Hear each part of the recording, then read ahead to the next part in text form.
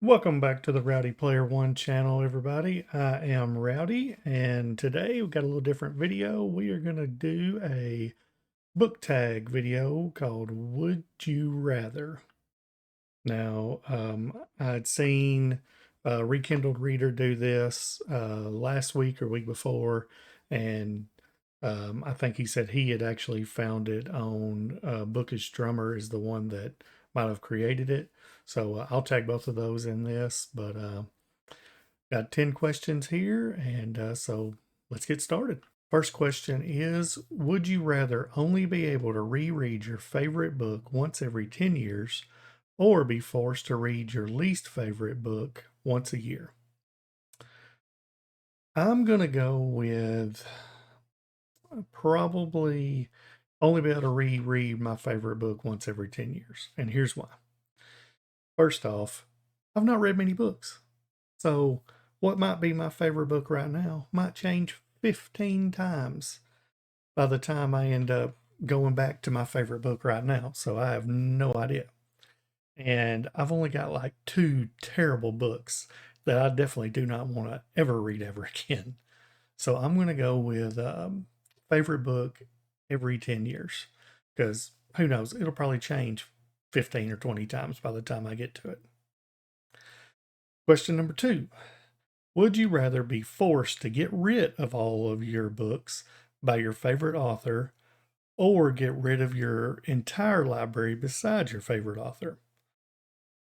I don't think this is going to be that hard for me neither. Looks like Brandon Sanderson's going to have to go because he's my favorite author right now. I've by far read the most. You can see, this side right there, that whole top shelf is nothing but his books. And he is, without question, the most I've read and is my favorite by far right now. So if I had to get rid of him, as I'd said before, I've read not many books at all.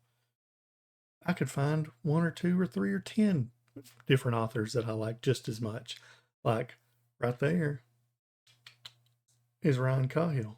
I have all of his books and I haven't read a single one yet. And I wouldn't be surprised if he ends up becoming my favorite after those. But we'll see. Question 3. Would you rather only be able to read very short books, less than 300 pages, or very long books, 700 pages or more? I'm going to go with less than 300 pages because, for one, I'm a very slow reader. Like, if it wasn't for like audiobooks, I'd hardly ever get to finish anything. Like, it takes me forever. And long books, like the Stormlight Archive books that are all over 1,000 pages long, holy, that take a month, 2 months to read, easy to do. I'm very slow. So, what would be the difference? And for one, you think about it. If you put out books that are 300 pages, and let's say you do some kind of epic fantasy, like say the Stormlight Archive, where it's fixing to have the fifth book come out. So that's near about 5,500 pages total for the whole first 5 books. You make, how many is that? 10, nearly 20 books, 300 pages long. Boom. I mean, that's even more money for the author. So I'm trying to think of that. Hey, it helps them out. It helps me out. It's a win-win. All right. Number 4. Would you rather your favorite series get a terrible adaptation or never be adapted? Uh, Probably a terrible adaptation because I think it'd be interesting to see what someone comes up with, even though it's awful. I mean, you think about it. Like, all right, I'm wearing a Mario shirt right now. The first movie that come out, I can remember back when I was a kid when it come out. I thought it was pretty good because it's the only one that ever come out.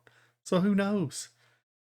Even though now I look back and it was absolute garbage because if you look at the Super Mario movie they just come out with last year, the year before, it's fantastic. Cartoon, oh, chef's kiss, so good.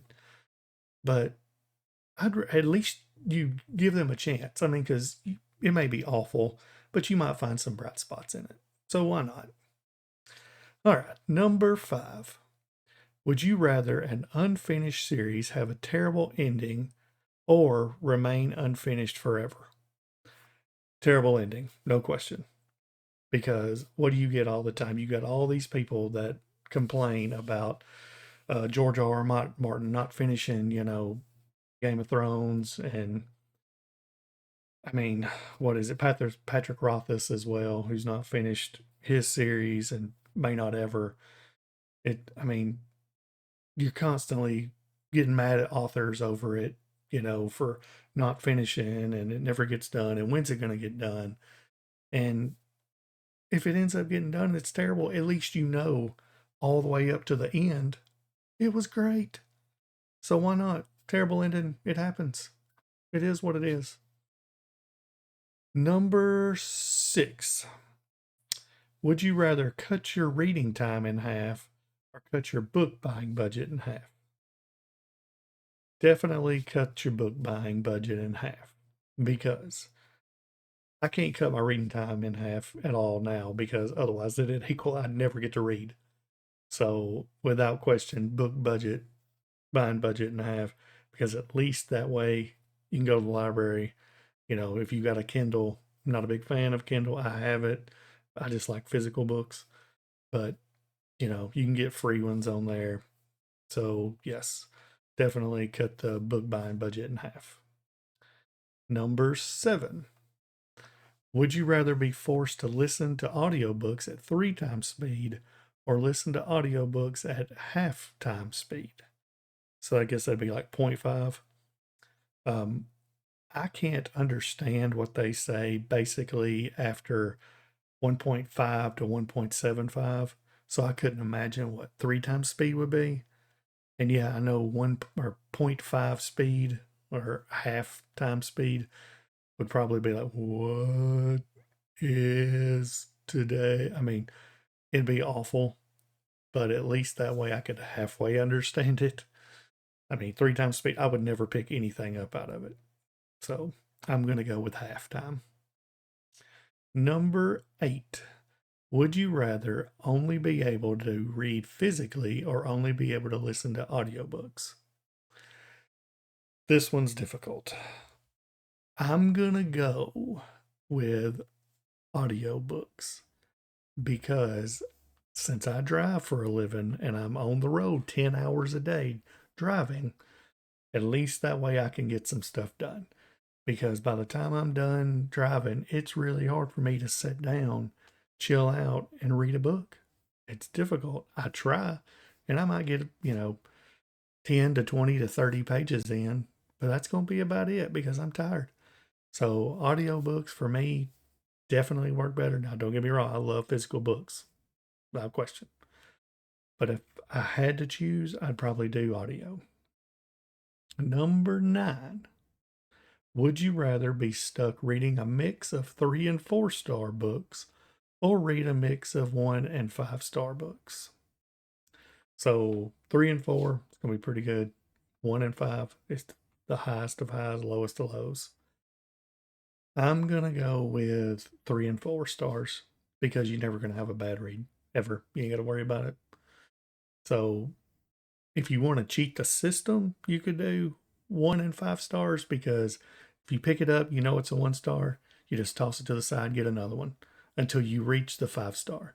But if it's a book, which it says stuck reading, so you have to read it all, I would much, much rather have 3 and 4, because I'm guaranteed it's going to be pretty good or really good every single time. So I'm going to have to go with that one. And finally, number 10. Would you rather only watch your favorite booktuber or watch everyone besides your favorite booktuber? I'm going to have to go with watch everyone besides my favorite booktuber, because right now I don't have a favorite.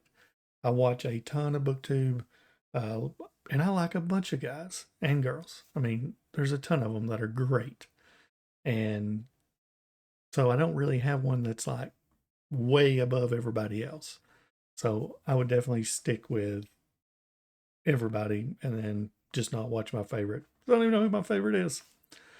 So, anyways, that is my Would You Rather book tag answers. I hope y'all enjoyed this. I'm going to tag, let's see, the Bearded Book Beast, some other character, and Shelf Centered to see if they will do this or not.